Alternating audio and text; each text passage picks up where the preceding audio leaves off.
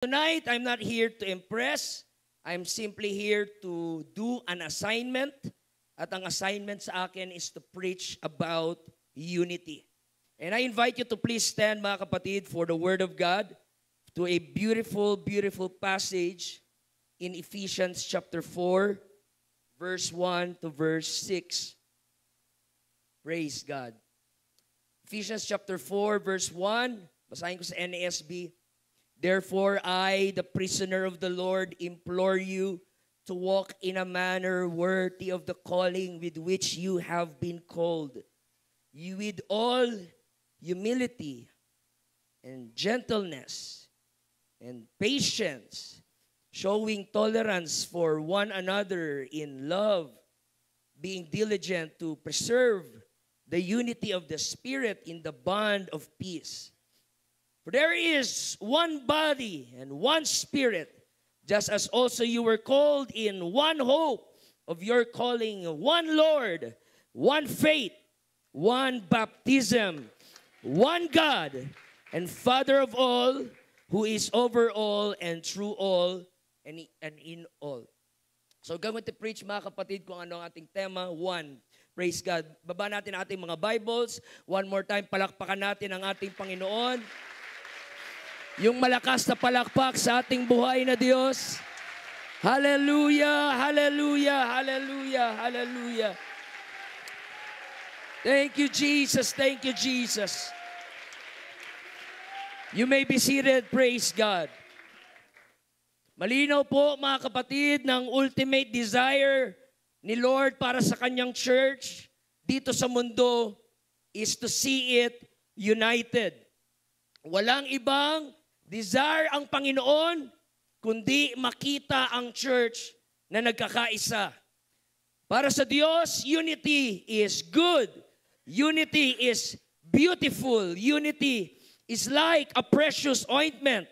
That the Bible says in Psalms 133 verse 1 to 2, behold, how good and how pleasant it is for brethren to dwell together in unity.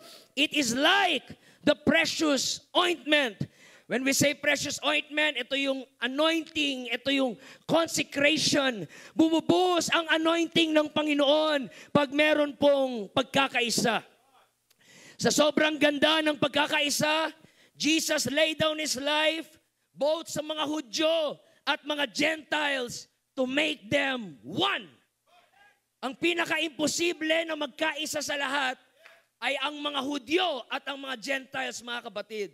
Never in a million years na mapagkakaisa mo ang Hudyo at ang mga Gentiles. According sa tradition, once na ang isang Hudyo ay mag-asawa ng Gentile, yung pamilya ng mga Hudyo ay i-consider na nilang patay yung kamag-anak nilang nag-asawa ng Gentile.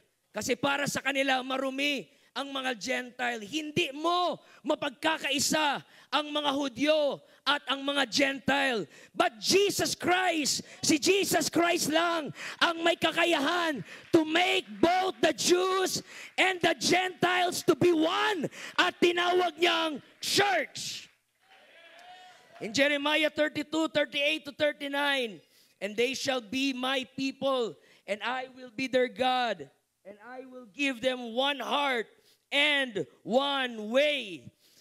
Hallelujah. Ang oneness ay hindi lang po sa Godhead, bagkus ang oneness ay sa future salvation na plano ng Panginoon. Hindi lang oneness ang ating Godhead, bagkus ang ating salvation ang plano ng Panginoon. In the end, we will all become one. Galatians 3:28, there is neither Jew nor Greek.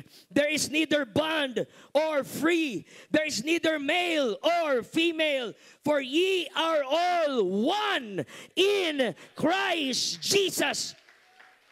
Na-excite na ako sa pagdating ng araw, sa culmination ng plano ng Panginoon. Darating ang panahon, aalisin na ng Diyos ang lahat ng mga barriers na nagdi-divide sa atin. Racial barriers, cultural barriers, and denominational barriers. But there will be a day where every nation, every tribe, every tongue, every knee will bow, every tongue will confess that Jesus Christ is Lord.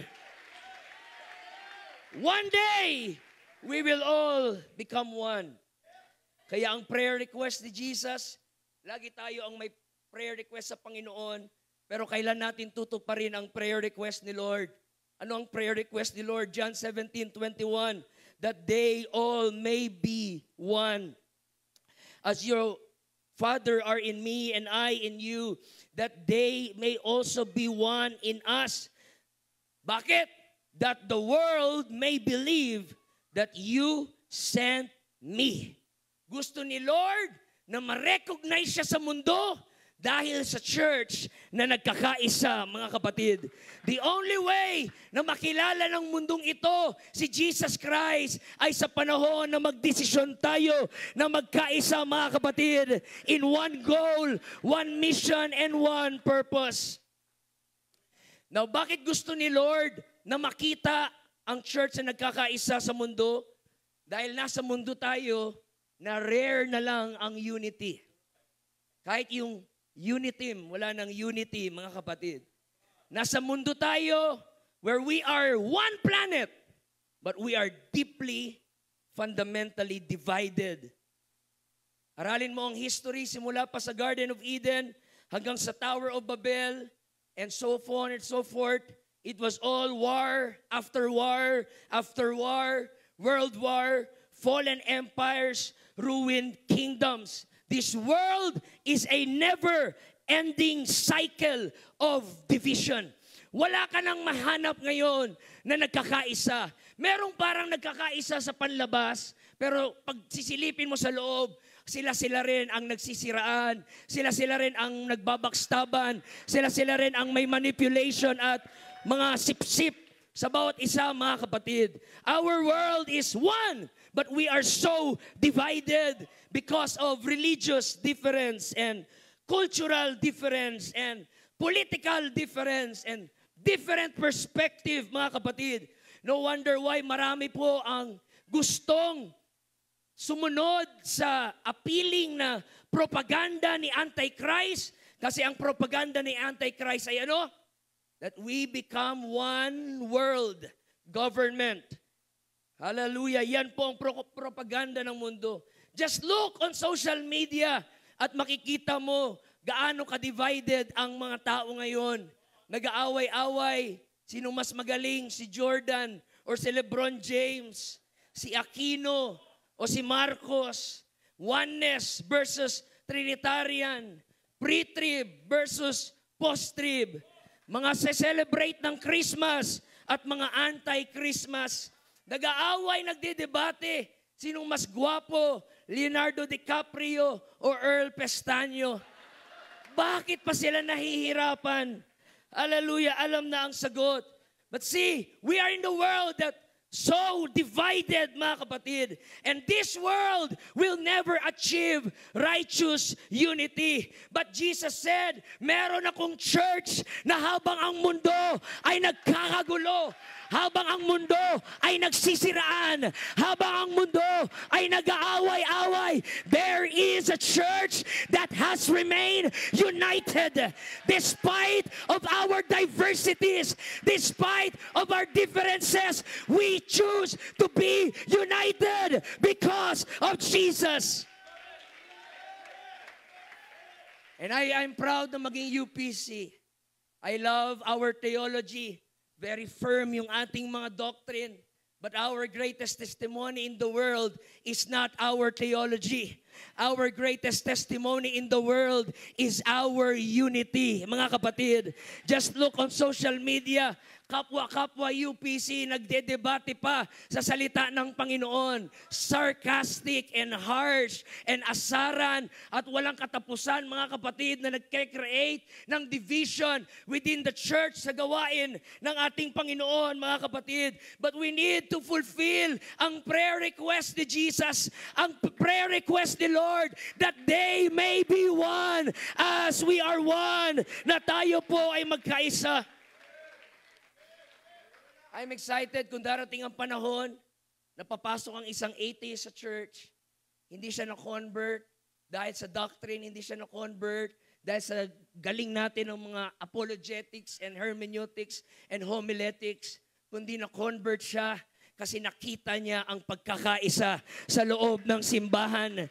Na sinabi ng atheist, dati hindi ako naniniwala sa Diyos, pero nung nakita ko na nagmahalan sila, nagpatawaran sila, nagunawaan sila, nagintindihan sila, I am convinced nang ang Diyos ay nasa kanila. Dahil ang normal na tao, they cannot forgive like this, they cannot love like this, they cannot endure like this. Pero nung nakita ko silang nagyayakapan sa kabila ng kasalanan, sa kabila ng kahinaan, they choose to love one another. Sasabihin ng atheist, totoong may Diyos, because there's nobody that can love me like this. So that's our greatest testimony in the world, ay ang ating pagkakaisa. Pinapakita sa atin ni Christ na ang unity ay hindi lang para sa benefit ng church. Ang unity ay para sa benefit ng mga non-believers or mga unbelievers. On the other hand, alam ni Satan kung paano tayo guluhin. So he sowed discord. In Matthew 12:25, Jesus said, every kingdom divided against itself brought to desolation. Every city or house divided against itself shall not stand. Natuto na si Satanas. Buti pa si Satanas, natuto rin, mga kapatid. Natuto na si Satanas na hindi bagyo ang makakawasak sa church. Hindi lindol ang makakawasak sa church. Hindi apoy ang makakawasak sa church. Hindi financial crisis ang makakawasak sa church. Kundi ang magkakawasak sa church ay yung sa loob ng church na magsisiraan. Hallelujah. And magbackbiting and gossip. Yung rottenness sa loob. Inside job. Yun ang sisira sa iglesia ng ating Panginoon. That's why Paul says in 1 Corinthians, if you could read it with me, 1 Corinthians chapter 1 verse 10. Sabi niya, mga kapatid, hallelujah, now I exhort you, brethren, by the name of the Lord Jesus Christ, that you all agree and that there be no divisions among you, but that you be made complete in the same mind and in the same judgment. Sino dito gusto na magkaisa tayo? Kaway-kaway, gusto na magkaisa? Hallelujah. Kaway-kaway kayo, di naman nagkakaisa, mga kapatid. So ang tanong ko, kaya ba talaga natin magkaisa? Can we really be united? Can we really be one? Like, tingnan mo yung paligid mo, tingnan mo yung mga muka. Makakipag-isa ka ba sa mga ganyang muka, mga kapatid? Like, look at the surroundings. Different age, different taste. May iba gusto pizza na may pineapple, yung iba ayaw ng may pineapple. Iba-iba tayo ng music. May iba gusto yung makaluma, may iba gusto yung makabago. May iba gusto yung tahimik, may iba gusto maingay. May iba gusto may aircon, may iba ayaw ng may aircon. Like, paano tayo magkakaisa, mga kapatid? Iba-iba tayo ng upbringing. Iba-iba tayo ng dialect. Iba-iba tayo ng ugali. May mayabang, may amoy putok, may mabawang hininga, mga kapatid. We have all our difference. How can we be united? And ako bilang pastor's kids, lumaki sa United Pentecostal Church, hanggang ngayon, walang katapusan na laban for unity.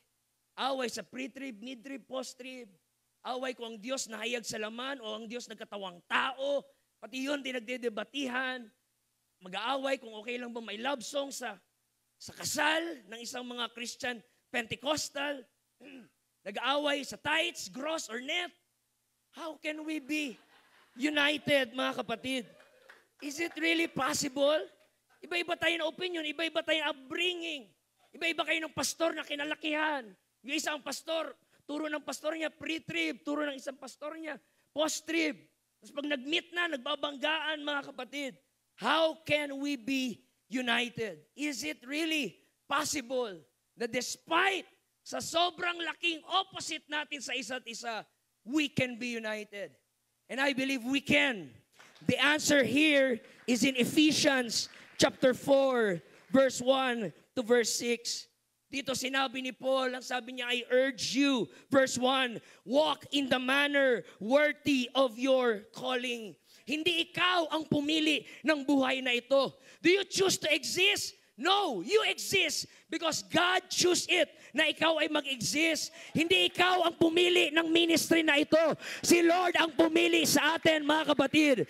You have not chosen me, but I have chosen you. At dahil pinili lang tayo, we must be grateful and we must walk in the manner worthy of our calling. We must walk and understand, Lord, this ministry is just because of your mercy. This life is just because of your mercy.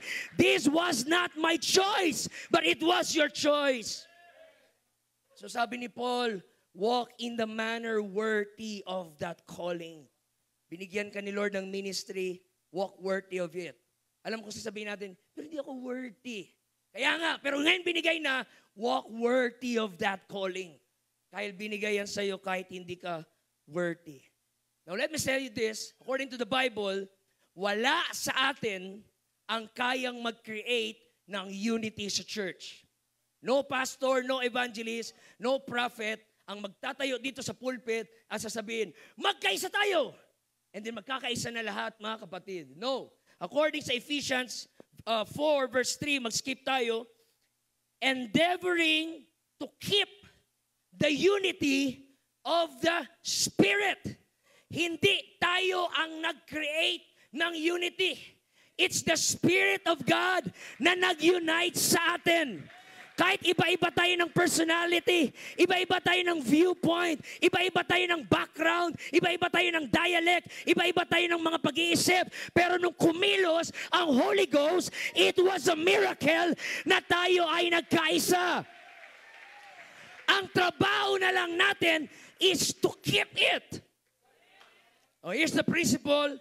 You cannot create unity, but you can destroy it. Yun na lang, mga kapatid. Si Lord ang nagkaisa sa atin. Marami akong naririnig ng mga membro sa ibang church na sinasabi nila, nakakainis kasi, pastor, kung ako papiliin, ayoko siya talaga na pastor. Hindi siya yung pastor na gusto ko. Hindi siya yung pastor na trip ko.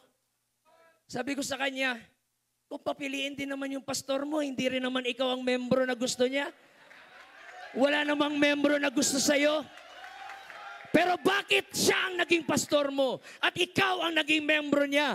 Alam ng Holy Spirit na kayo ang perfect combination to work in His kingdom. Kaya ang church na walang Holy Ghost, hindi yan magkakaisa. Ang church na walang revival, hindi yan magkakaisa. Ang church na carnal, hindi yan tatagal, mga kapatid.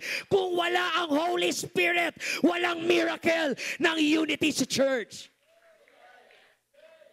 So, bilang pastor, ministers, di natin kailangan magmakaawa. Please, please, magkaisa kayo. Parang awa nyo na, magkaisa kayo. No, ang ipag-pray mo, kumilos ka, Panginoon. Holy Spirit, fill this place. Holy Spirit, fill the temple. At yung mga mayayabang, magugulat ka, naging humble na. Yung mga marites, dahan-dahan, nabawasan lang ng onte. Tuwing Martes na lang nagmamarites, mga kapatid. Dahan-dahan yung mga bad attitude natin, yung mga dark side natin, mga flaws natin, dahan-dahan na overpower ng working ng Holy Ghost. We need the Holy Ghost in every service, mga kapatid.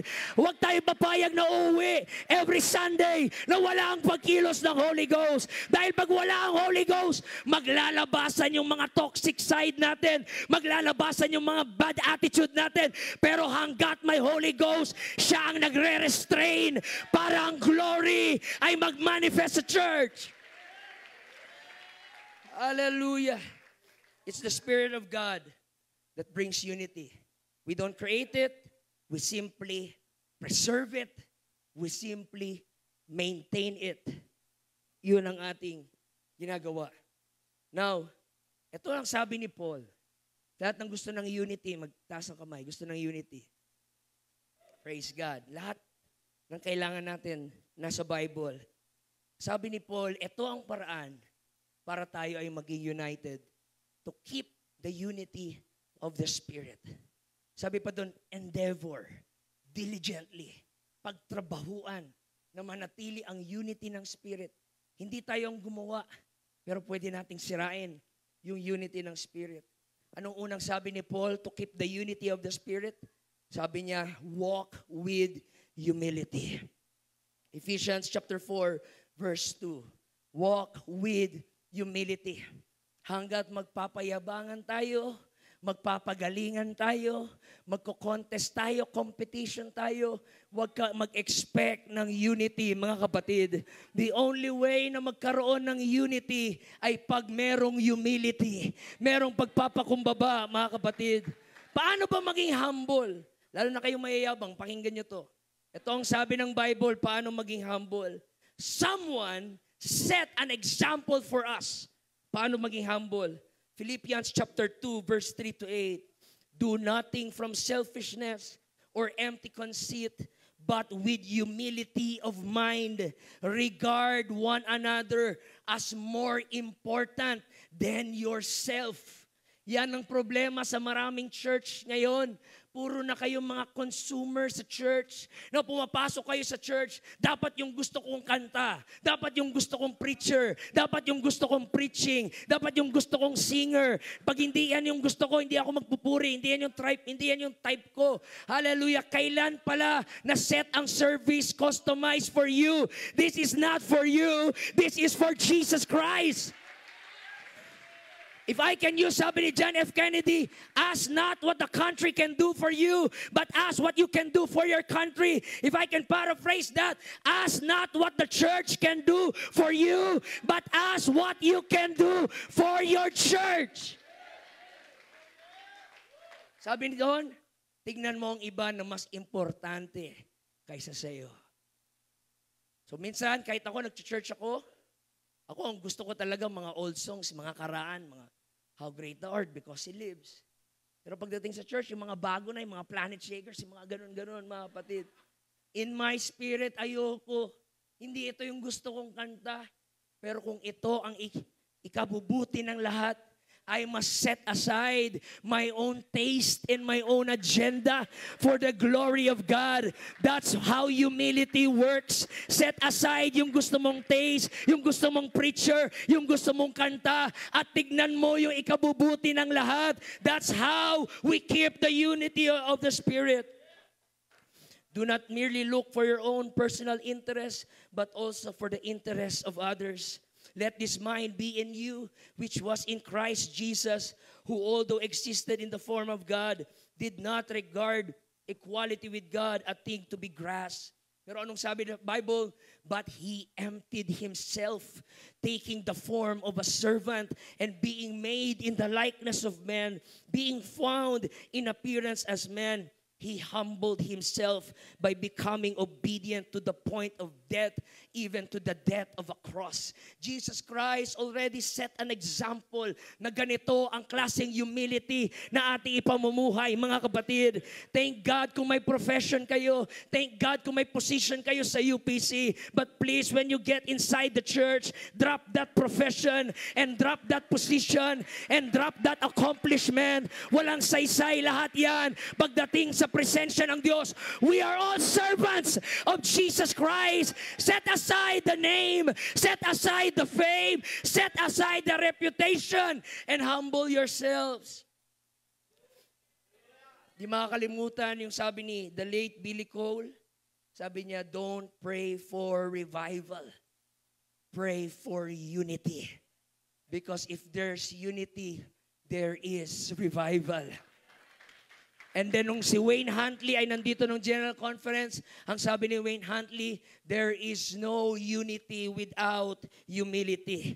Kailangan natin magpakumbaba. Hallelujah. We must humble ourselves. Yung mga position natin, gamitin mo yan to serve others, not to serve your ego. Not to be served, but to serve. 1 Peter 5:5, be clothed with humility, for God resists the proud, and He gives grace to the humble. So para magkaroon tayo ng pagkakaisa, we must humble ourselves. We must humble ourselves. National evangelist ako, walang kwenta yan mga kapatid. We're all servants here. No one is superstar here. No one is idol here. Only Jesus Christ ang maitataas, mga kapatid. So humble yourself to one another. Sabi ni Paul, secondly, para ma-maintain ang unity sa church, we must walk with gentleness. I believe in King James, it's meekness. Hallelujah. Ang meekness, ang expression ng humility. At alam natin ang meekness or gentleness, ang ibig sabihin po niyan ay self-control. Pagpipigil. Yan ang problema sa atin, wala nang pagpipigil. Kung na-bad trip ka, talagang sinasabi mo. Kung gusto mo manampal, nananampal ka mga kapatid. Ang isa pang meaning ng meekness is not revengeful. Hindi mapaghiganti. Tayo pa naman, nature natin, gusto talaga natin gumanti. Pag sinabihan tayo na, taba mo ah. Yung ano natin, wow, nagsalita. Kala mo naman, ang ganda ng katawan niya. Ikaw nga, itim mo eh. Diba? Gusto natin lumaban palagi. Hallelujah. May attitude tayo na revengeful.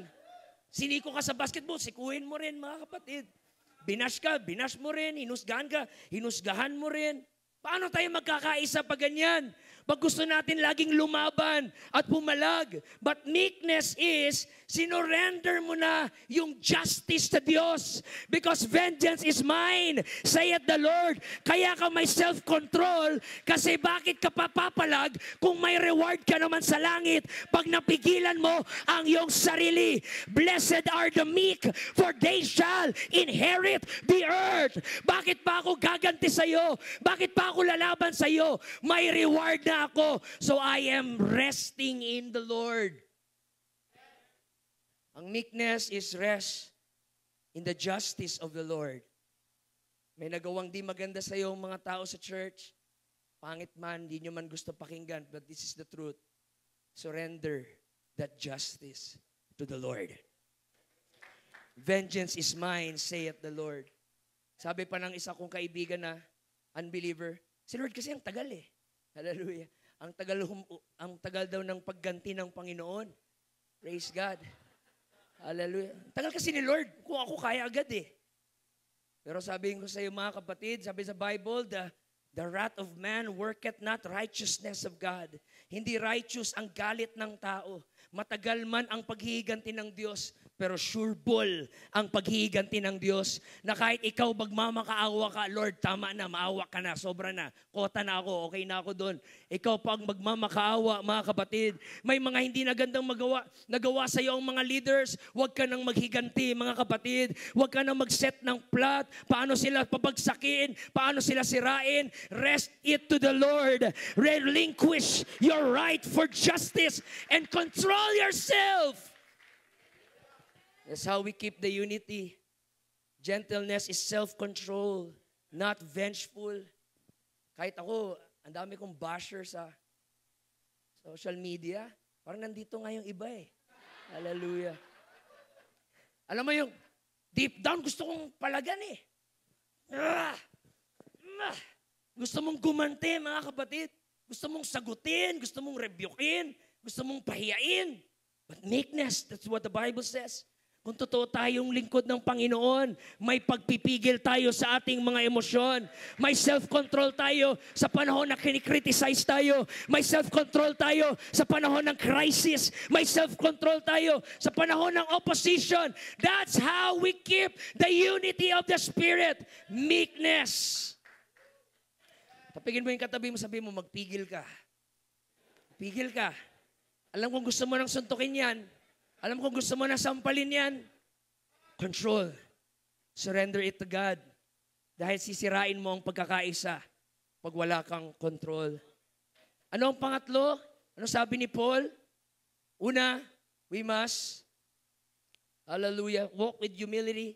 Secondly, we must walk with gentleness.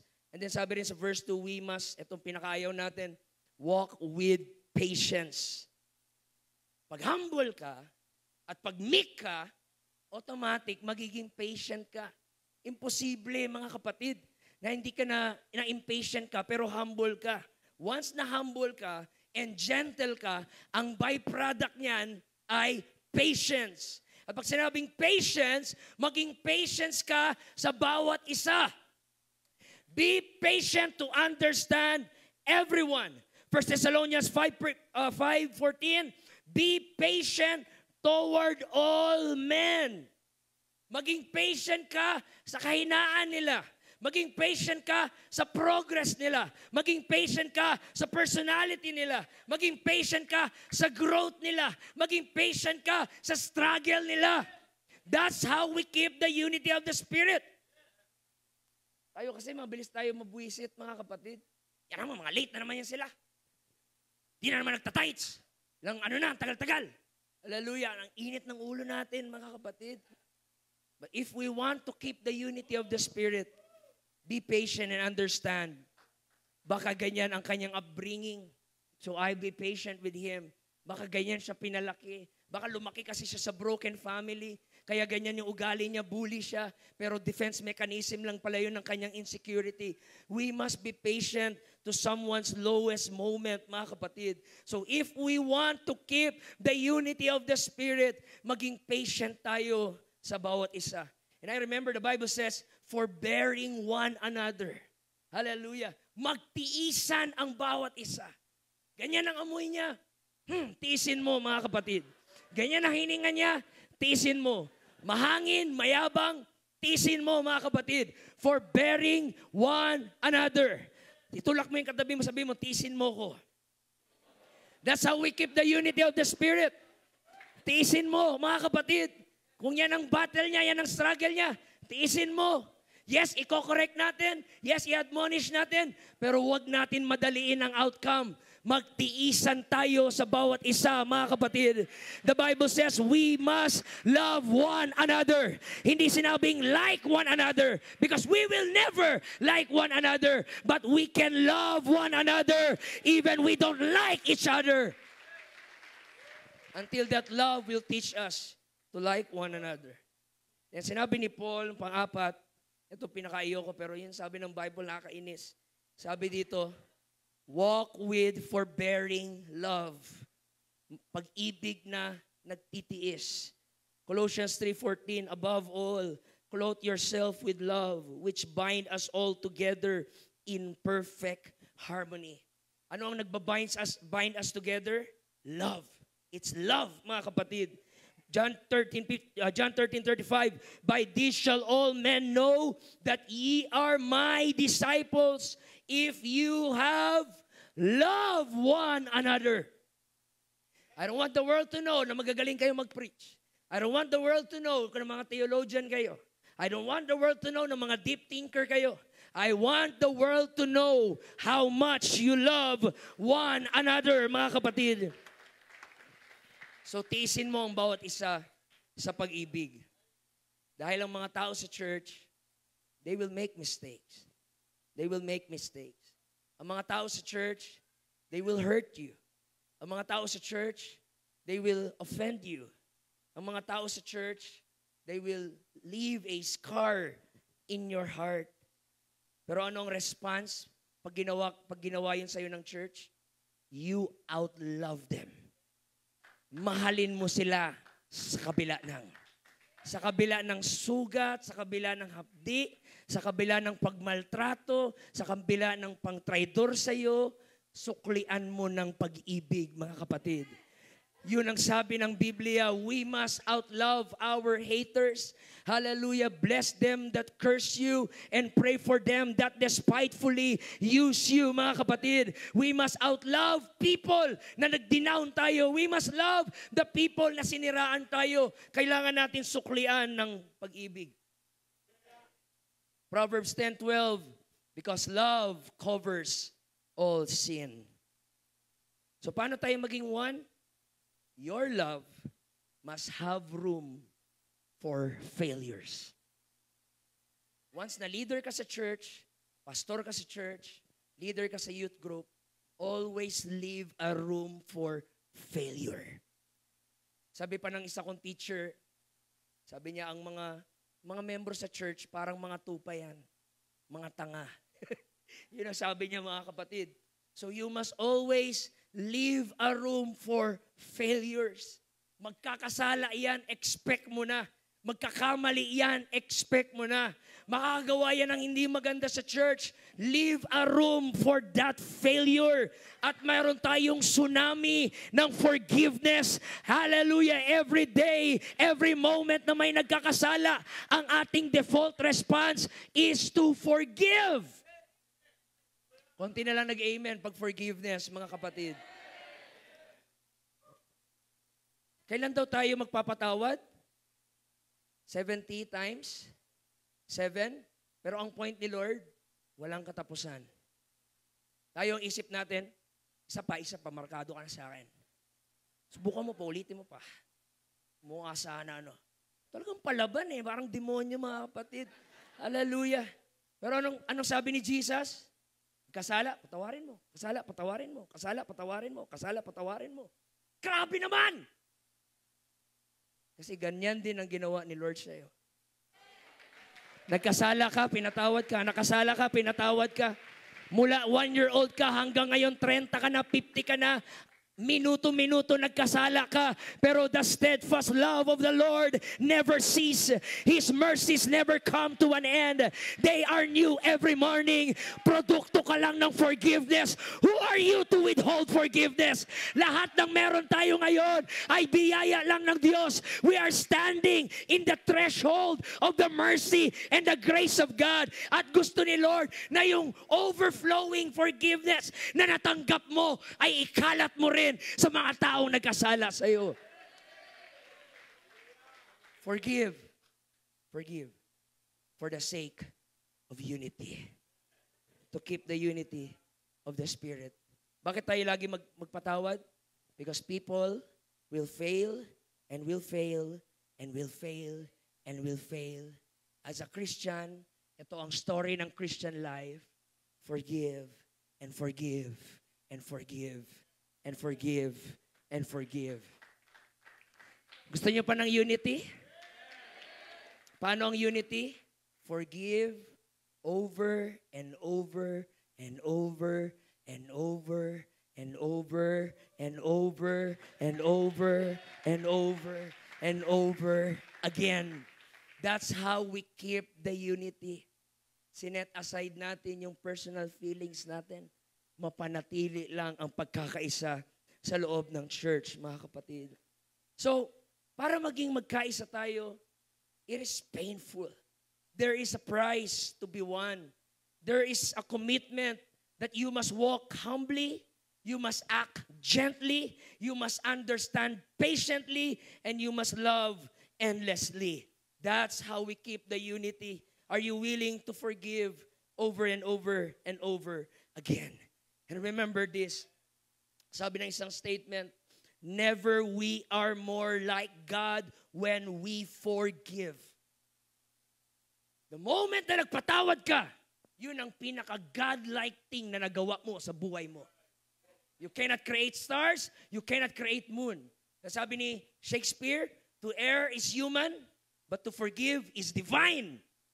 Ang hirap magpatawad sa flesh.